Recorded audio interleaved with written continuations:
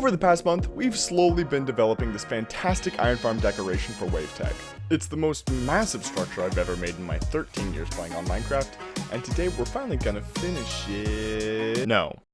I can't. I've been obsessing over this build for weeks. I can see it when I close my eyes. I need a break. You all offered fantastic suggestions, which I will implement, but for now, this project is going on a very short trip to the back burner. I need a brain break. Luckily, WaveTech is never in want of farm decorations, and our pal and fellow member, Zoid, recently designed us an azalea leaf farm that we use for the fish farm decoration.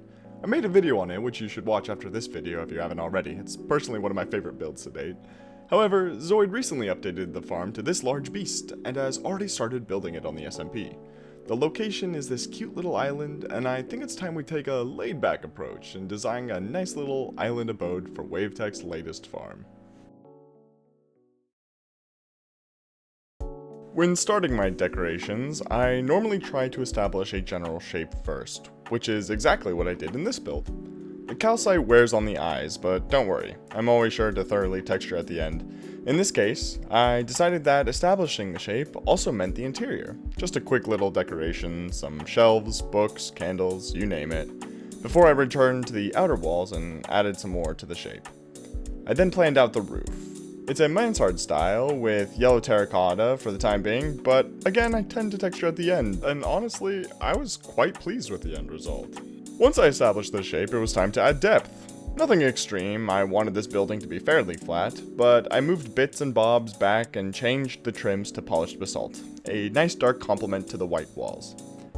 A little known fact about azalea leaf farms is they also produce leads. For the good of that PG rating, I should probably turn off mob spawning. Next up was windows. Simple little window sill with a splash of color. I must have used design like this a million times. This is quintessential Mr. Max Mondays. Once I figured out the style, I rearranged the windows and proportions on almost all the sides and enhanced the basalt trim with polished deep slate, and then extended the basalt down to meet the ground. Next, my favorite part of building, texturing. I used a brush to apply a gradient from calcite to white concrete powder to white wool, and then textured part of the calcite with diorite. I also added strips of diorite to give the feeling of erosion in certain spots. I also sprinkled on some snow blocks for small highlights and birchwood to create a transition between the diorite erosion and the rest of the wall. The next thing I tried was a little bit embarrassing. I'm fairly good at making smaller trees, but when I tried to make this large one, it threw me for a loop. In retrospect, my first try was worth keeping, but after I made two, I gave up and opted for terraforming the island and adding this cute little nether portal and calling it a day. Now, let's take a little bit of a closer look in the actual creative world. And here we are inside the actual creative world. I think that this build turned out extraordinarily well, better than I anticipated. It's my first time trying to do a style like this, and I think that it turned out really well. I didn't show this tower as much in the time lapse, and I think it's honestly one of my more favorite parts. I love this kind of erosion with the stairs and the diorite and using these birch logs to create a nice little transition. You can't see it really well close up, but the more you zoom out, the more the gradient becomes apparent, and of course I zoom in as soon as I go backwards, kind of negating the reason for going backwards. Something else I didn't really point out in the time-lapse is the gradient here. This is the weirdest gradient. I've never done this. It's fire coral, gravel, and andesite. Now, the difference between the gravel and andesite isn't great, like the gradient between these two, but between dead fire coral and gravel, that is a fantastic gradient block.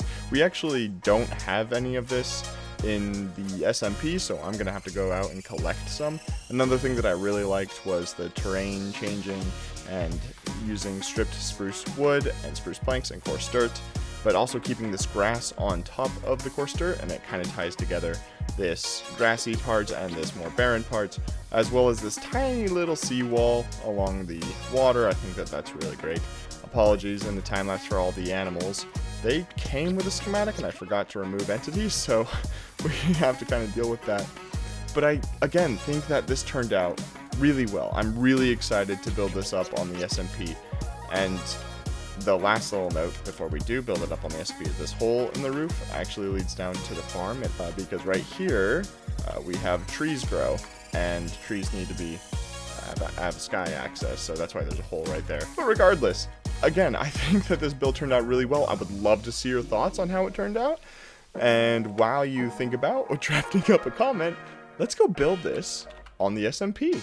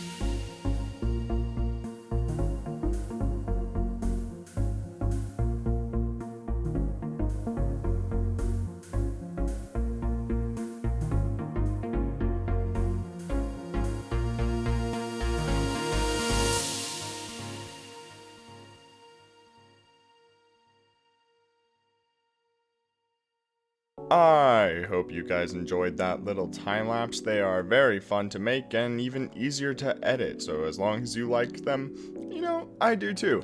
There were a few things I wanted to show off in this build. Let's go into free cam. You might notice that there's a hole in this wall right here. That's because you should not make wooden structures near lava sources. This is a very rare instance where I build a deco that's pretty small and so fitting around the farm, and the farm also coincidentally happens to have lava. This lava spread to these slabs, the staircase, and it spread everywhere. It got rid of some of the wool right here, got rid of the roof right here. It burned actually all the way over here and burned most of this area as well. We completely didn't even see it. We had a bot AFKing right here, so there was no real players to stop it. Oh well, what can you do? I'll fix this deco pretty shortly hereafter. Zoid already came in and fixed the farm, or any bits that were broken in the farm, but there was something else I wanted to show before I moved on to the questions today. You see right here, we actually use deep slate, the gold deep slate ore, and I think that ties the roof together so well. And the reason I have to bring this up is because we're going to be using this trick a lot more. Deep slate diamonds mixing with prismarine, it's a beautiful thing. Of course, well, we probably won't use normal diamond ore or potentially deep slate emerald. That would be painful, but just a friendly little... Oh, I can't go in F5 mode when I'm in pre-cam. Just a friendly little thing that it's a kind of a cool tip to use ore in your builds. I would strongly suggest it. But for now, let's get into today's questions. Answering 3 questions today, starting with Skip asking what my favorite and least favorite blocks are. Well, after playing in 1.19 for a Sip Over Civilization challenge, look forward to that video soon, by the way, talk about a challenge, I realized that mangrove leaves are so fantastic. It might be the novelty of them, but their texture is unique in terms of current leaf choices in the game, and it provides a fantastic way of texturing trees, vines, you name it. My least favorite block, apart from magenta glazed terracotta, is probably wet sponge. It's a very hard block to get a lot of, and it just has the weirdest texture. It might be able to be used as a gradient between bright yellow and like the grayscale, but apart from that, I can't think of a single use for it. And for how hard it is to get in survival Minecraft, at least, it's just not worth it. That's what I can think of off the top of my head. I'm sure if you gave me an hour to think about it, I could think of plenty more examples of blocks that I would rarely, if ever, use in a palette, but that's the one that springs to mind right away. Next question is from Asaf, always good to see you sticking around, man, asking if I like pineapple on pizza. And you know, I know it's a personal preference. Everybody has their own opinions. Whether I like it or not shouldn't dictate if anybody else likes it or not. But that being said, if you don't like pineapple on pizza, I'm sorry you can't appreciate the complex flavors of sweet meeting savory and the delicious mouth explosion it provides. It's just a beautiful thing, I'm sorry. Anyways, Titus Shirley asking the profound question of what is my plan for this channel. Long term, I'm still playing it by ear, but short term, I hope to monetize my channel by the end of summer. Got about 2 months until school starts again, and I'm a little over the quarter of the way there. If you'd like to help out on that little goal, be sure to leave a like and a comment to appease the algorithm gods. And if you're feeling generous, feel free to share my channel with your friends or Minecraft circles. I genuinely appreciate it. Honestly, the growth lately has been astounding, and I'm truly grateful for the feedback and well wishes I've received. I sincerely couldn't do without you. And as always, if you would like to see a question of yours featured on the channel, feel free to comment down below and I might pick it out for next Monday's video. Oh my gosh, I can't believe I almost forgot.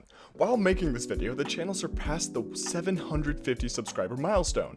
This means another free schematic. This time, I'm gonna try to make it a Mediafire link, and due to popular demand, this schematic is completely free and linked down below.